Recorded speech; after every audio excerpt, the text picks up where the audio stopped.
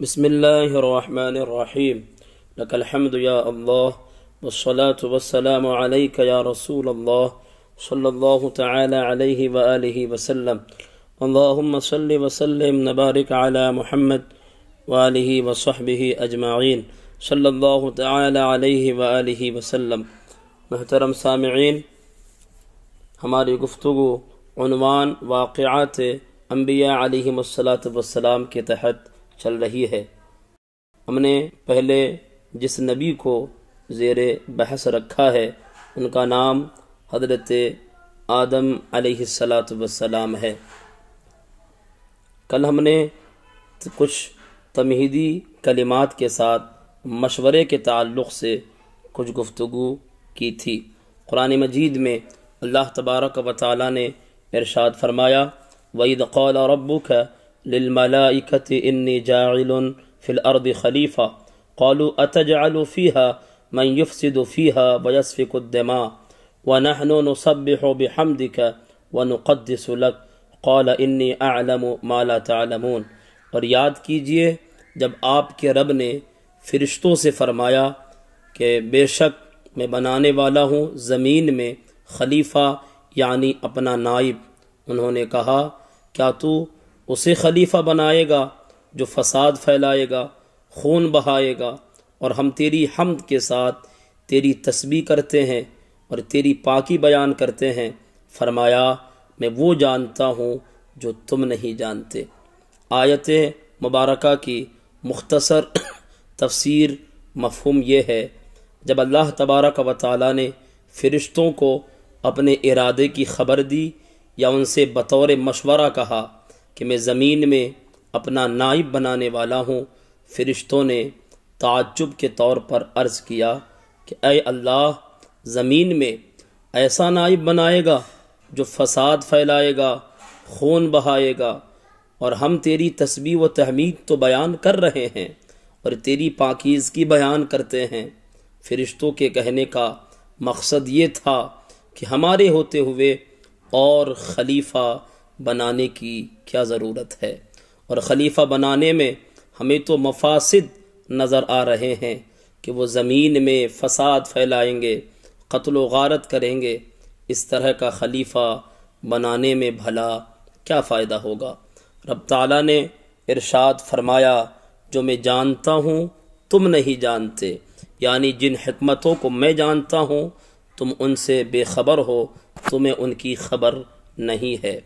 علماء نے، مفسرین نے یہاں یہ لکھا ہے کہ فرشتوں کو کیسے پتہ چلا کہ وہ فساد پھیلائیں گے، قتل و غارت کریں گے، خون بہائیں گے؟ علماء نے اس کے کئی جوابات لکھے، مفسرین نے اس کے کئی جوابات لکھے، روح المعانی کے اندر بھی اس کے کئی جوابات موجود ہے۔ حضرت قتادہ رضی اللہ تعالی عنہ کا قول اس تعلق سے یہ ہے کہ فرشتوں کو رب قدیر نے پہلے ہی بتا دیا تھا کہ وہ مخلوق جو میں پیدا کرنے والا ہوں انہی میں سے کچھ فساد پھیلانے والے بھی ہوں گے۔ بعض حضرات نے یہ کہا ہے اور اس کا یہ جواب دیا ہے کہ فرشتوں نے لوح محفوظ سے دیکھ کر یہ کہا تھا، کیونکہ لوح محفوظ میں یہ محفوظ پہلے سے تھا کہ انسان فساد پھیلائیں گے اور خون بہائیں گے۔ بعض حضرات نے یہ کہا ہے اور اس کا یہ جواب دیا ہے کہ چونکہ اللہ تبارک و تعالی نے جنات کو انسانوں سے پہلے پیدا فرمایا تو انہوں نے زمین میں مختلف قسم کے فساد پھیلائے تھے، تو اسی سے فرشتوں نے یہ سمجھ لیا تھا کہ آنے والی مخلوق کا بھی وہی حال ہوگا جو ان سے پہلی والی مخلوق یعنی جنوں کا تھا۔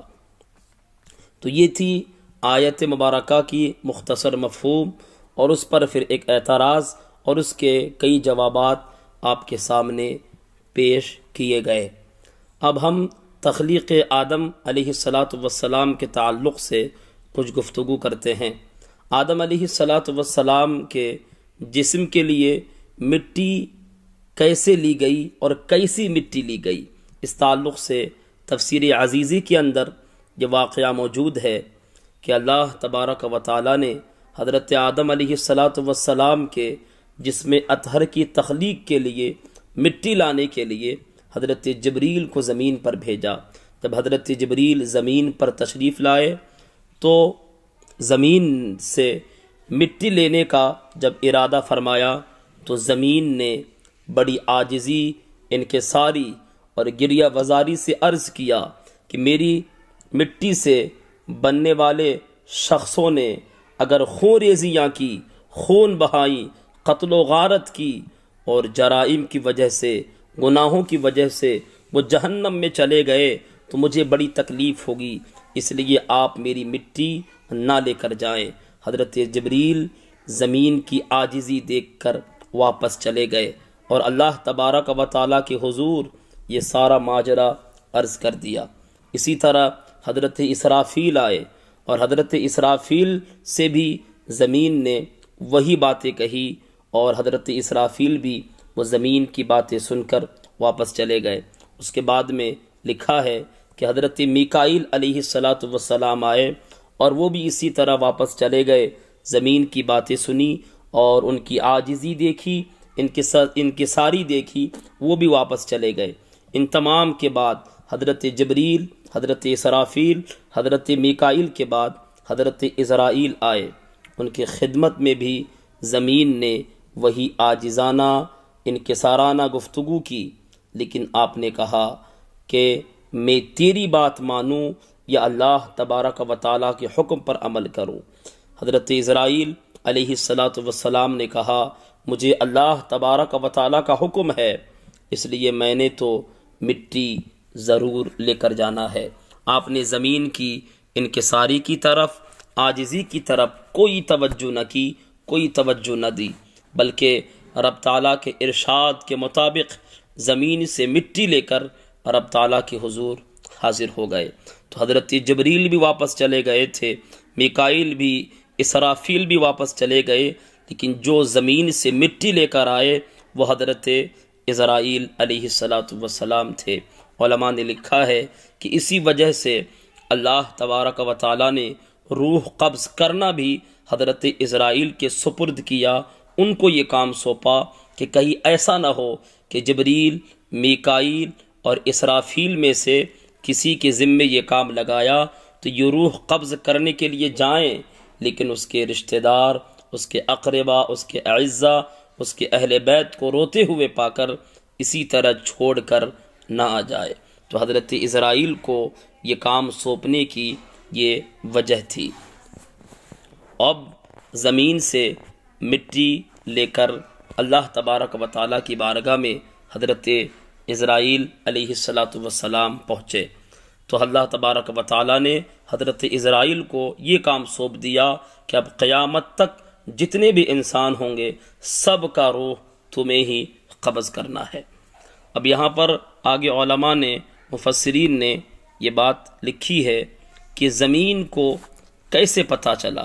ایک تو میں نے آپ کے سامنے پہلے ہی وہ بیان کیا کہ فرشتوں کو کیسے پتہ چلا کہ وہ فساد پھیلائیں گے، تو اس کے جوابات میں نے دے دیے۔ اب یہاں پر یہ بھی علماء نے لکھا کہ زمین کو کیسے پتہ چلا کہ انسان خون بہائیں گے، فساد پھیلائیں گے، قتل و غارت کریں گے اور کئی لوگ جہنم میں جائیں گے۔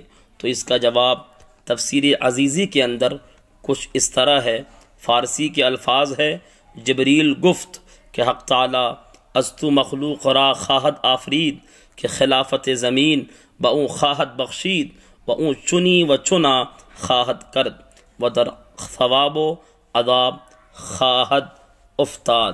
ترجمہ ہے کہ حضرت جبریل نے ہی خود زمین کو یہ پیغام واضح طور پر بتا دیا تھا کہ رب تعالیٰ تجھ سے ایک مخلوق پیدا کرنے والا ہے جسے زمین ہی میں منصب خلافت عطا کرنا ہے۔ البتہ ان کے اعمال مختلف ہوں گے، کئی لوگ نیک ہوں گے، ان کو ثواب عطا کیا جائے گا، اور کئی لوگ گنہگار ہوں گے، ان کو عذاب دیا جائے گا۔ تو زمین پر یہ حقیقتیں، یہ حقائق رب تعالیٰ کی طرف سے جبریل نے واضح طور پر کھول کر رکھ دیے تھے۔ اسی وجہ سے زمین نے عاجزانہ طور پر عرض کیا تھا کہ مجھ سے مٹی نہ لے کر جائیں، تو زمین کو بتانے والے بھی حضرت جبریل علیہ السلام تھے۔ اس طرح سے زمین کو یہ بات پتہ چلی کہ انسان قتل و غارت کریں گے، فساد پھیلائیں گے اور کئی لوگ جہنم میں بھی جائیں گے۔ حضرت آدم علیہ السلام کی تخلیق کے لیے کس طرح کی مٹی لائی گئی اور کس طرح کی مٹی لی گئی، اس تعلق سے ہمارے پیارے آقا صلی اللہ تعالی علیہ وآلہ وسلم کا پیارا فرمان موجود ہے مشکات باب الایمان والقدر کے اندر، اور اسی طرح اس کو امام ابو داود نے بھی روایت کیا۔ عربی کے الفاظ ہے عن ابی موسیٰ قال سمعت رسول اللہ صلی اللہ علیہ وسلم یقول ان اللہ خلق آدم من قبضة قبضها عن جميع الارض فجاء بنو آدم على قدر الارض منهم الاحمر والابيض والاسود وبين ذلك والسهل والحزن والخبيث والطيب۔ ترجمہ ہے حضرت ابو موسیٰ اشعری رضی اللہ تعالی عنہ یہ فرماتے ہیں کہ میں نے رسول اللہ صلی اللہ تعالی علیہ وآلہ وسلم کو یہ فرماتے ہوئے سنا کہ بے شک اللہ تعالیٰ نے آدم علیہ السلام کو مٹھی بھر مٹی سے پیدا کیا، وہ مٹی تمام زمین سے، پوری زمین سے مختلف قسم کے ذرات کی صورت میں حاصل کی گئی، اسی لیے آپ کی اولاد مٹی کے انہی ذروں کی شکل میں موجود ہے، کوئی سرخ ہے، کوئی لال ہے، کوئی سفید ہے، کوئی کالا ہے، کوئی سیاہ ہے، کوئی ان کے درمیان ہے یعنی گندم گوں رنگ کے، کوئی نرم مزاج ہے، کوئی سخت مزاج کے ہیں، کوئی ناپاک ہے تو کوئی پاک ہے۔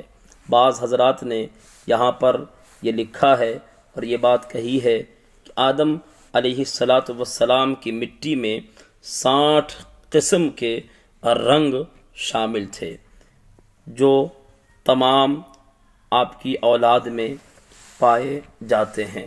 تو محترم حضرات، تخلیق آدم علیہ السلام کے لحاظ سے آدم علیہ السلام کے جسم کے لیے مٹی کیسی لائی گئی اور کس طرح سے لائی گئی، اور پھر زمین کو کیسے پتہ چلا کہ انسان فساد پھیلائیں گے، خون بہائیں گے، قتل و غارت کریں گے، یہ ساری باتیں ہم نے آپ کے سامنے ابھی اس ویڈیو میں کر دی ہے۔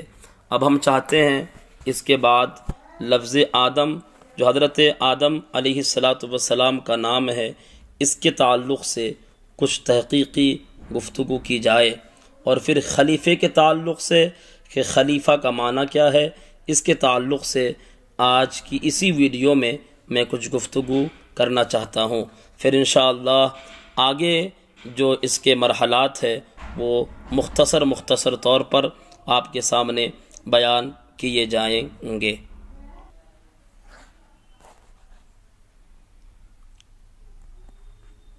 تو لفظ آدم کے بارے میں علامہ جلال الدین سیوطی نے تفسیر در منثور کے اندر یہ بیان کیا ہے کہ آدم علیہ السلام کو آدم اس لیے کہا جاتا ہے کہ ان کو عدیم الارض سے بنایا گیا، یعنی زمین کی سطح سے، سرخ سفید سیاہ مٹی سے۔ اسی طرح لوگوں کے رنگ بھی مختلف ہیں۔ علماء فرماتے ہیں کہ لفظ آدم یہ اسم علم اور عجمی ہے، جیسا کہ آدر اور عابر عالمیت اور عجمیت کی وجہ سے غیر منصرف ہیں۔ تو یہ لفظ آدم کے حوالے سے کچھ تحقیقی گفتگو آپ کے سامنے کی۔ اب قرآن مجید میں چونکہ خلیفے کا بھی لفظ ہے تو اس لیے خلیفہ کسے کہتے ہیں اور خلیفے کا معنی کیا ہے یہ بھی جاننا ضروری ہے۔ علماء لغت نے خلیفے کا لغوی معنی بیان کیا ہے کہ خلیفے کا لغوی معنی جانشین، قائم مقام، نائب، پیچھے آنے والا۔ خلیفے کے تعلق سے ایک اعتراض بھی ہوتا ہے اور اس کے علماء نے جوابات بھی دیے ہیں۔ اعتراض یہ ہوتا ہے کہ خلیفے کا مطلب ہے پیچھے آنے والا اور نائب۔ خلیفے کی ضرورت اس وقت پیش آتی ہے جب اصل خود اپنے کام کرنے سے عاجز ہو جائے۔ اصل کا عاجز ہونا یا تو موت کی وجہ سے ہوتا ہے یا اس کے غائب ہونے کی وجہ سے یا بیمار، مرض یا تھکان وغیرہ کی وجہ سے۔ ان تمام معانی کو اگر دیکھا جائے تو ان تمام معانی کے لحاظ سے اللہ تبارک و تعالیٰ کا خلیفہ بنانا درست نہیں۔ وہ حی لا یموت ہے، وہ ہمیشہ سے ہے، ہمیشہ رہے گا۔ اس پر موت کے وقوع کا تصور کرنا بھی محال ہے۔ وہ شہ رگ سے بھی زیادہ قریب ہے، وہ کہیں دور چلا جائے، غائب ہو جائے، یہ بھی محال، غیر ممکن۔ وہ مریض ہو جائے، تھک جائے، عاجز ہو جائے، یہ بھی محال، غیر ممکن۔ تو اللہ کے خلیفہ بنانے کا مطلب کیا ہے؟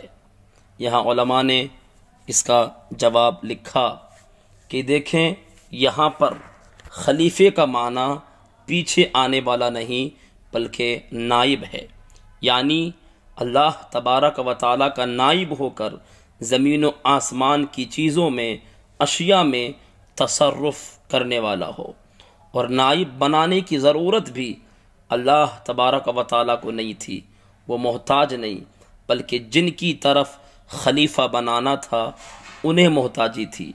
اور فیض لینے اور فیض دینے والے میں کوئی مناسبت ہونی چاہیے، جبکہ مخلوق اور اللہ تبارک و تعالیٰ میں کوئی مناسبت نہیں، اور مخلوق کو وجود میں لانا بھی اللہ تبارک و تعالیٰ کی مشیت تھی۔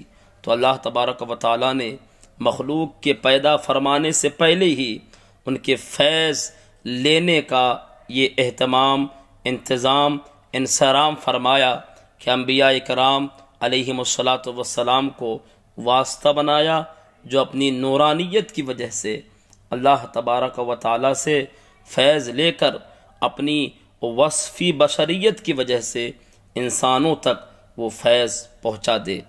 ایک نقطہ مفسرین کرام نے یہاں یہ بیان فرمایا کہ اللہ تبارک و تعالیٰ نے حضرت آدم علیہ السلام کو خلیفہ بنانے کے متعلق جو مشورہ کیا، اس سے مراد صرف آدم علیہ السلام نہیں اور آپ کی تمام اولاد بھی مراد نہیں، بلکہ آدم اور آپ کی اولاد سے بعض حضرات جو اس خلافت کے منصب کے اہل ہوں گے، یہ سب مراد ہے۔